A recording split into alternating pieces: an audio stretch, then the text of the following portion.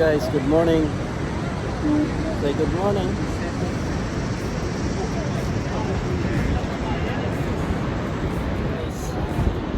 Welcome to my channel.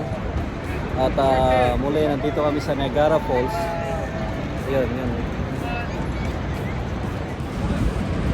So ayan guys, bababa kami ngayon at sasakay kami ng boat para tingnan ang falls. Boat pupunta doon. Ikot. Sa baba.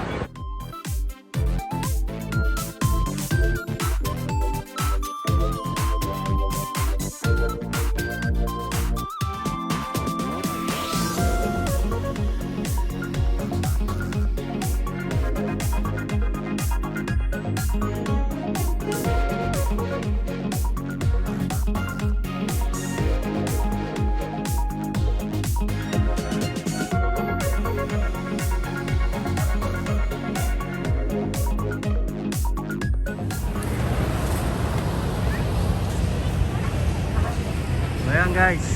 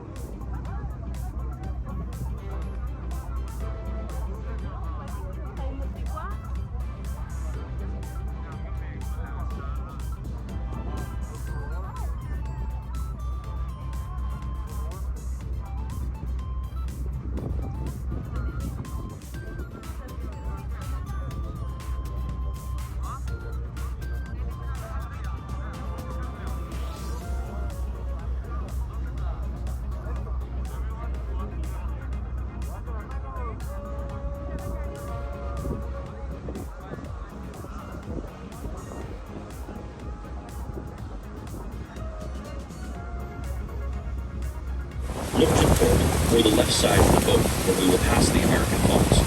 It can best be described as the American side of Niagara Falls, which in comparison is a smaller waterfall that lies far to the left of the Horseshoe Falls and is located between Prospect Point and Luna Island. According to scientific study and historical research, it has been concluded that the Goat Island is much larger and separates the American and Bridal Veil Falls from the Canadian Horseshoe Falls.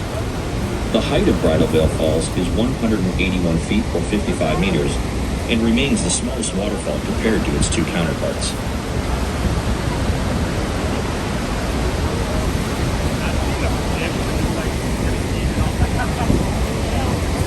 Horseshoe Falls, the Canadian side of Niagara Falls, with the highest flow rate and natural beauty, located between Goat Island and Table Rock, is known as the Foreshoe Falls.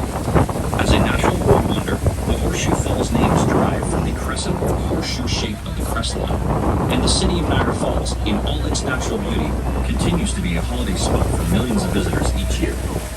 Geological studies and the history of Niagara Falls indicate that thousands of years ago, the falls was 11 kilometers downriver from its current location. Erosion was a major issue associated with Canadian Falls. The average rate of erosion of Niagara Falls was as much as 1 meter per year until the early 1950s. Since then, the water diversion channels and canals used for generating electricity have decreased the water flow, reducing the erosion of Niagara Falls, and to this day, Niagara Falls remains a clean and significant source of hydroelectric power. There are over 500 waterfalls in the world taller, but Niagara Falls is the biggest waterfall in the world by volume of water flown, at an average of 750,000 gallons per second. Niagara Falls' interesting facts include the white foam floating on the water is dissolved limestone and is created naturally due to the massive erosion forces of falling water. The height of the Canadian Falls is 170 feet or 52 meters. The estimated crest line, 2,200 feet or 670 meters wide. And the depth of the river at the base of the falls, 184 feet or 56 meters deep. Witness the awesome natural beauty and power of Niagara Falls.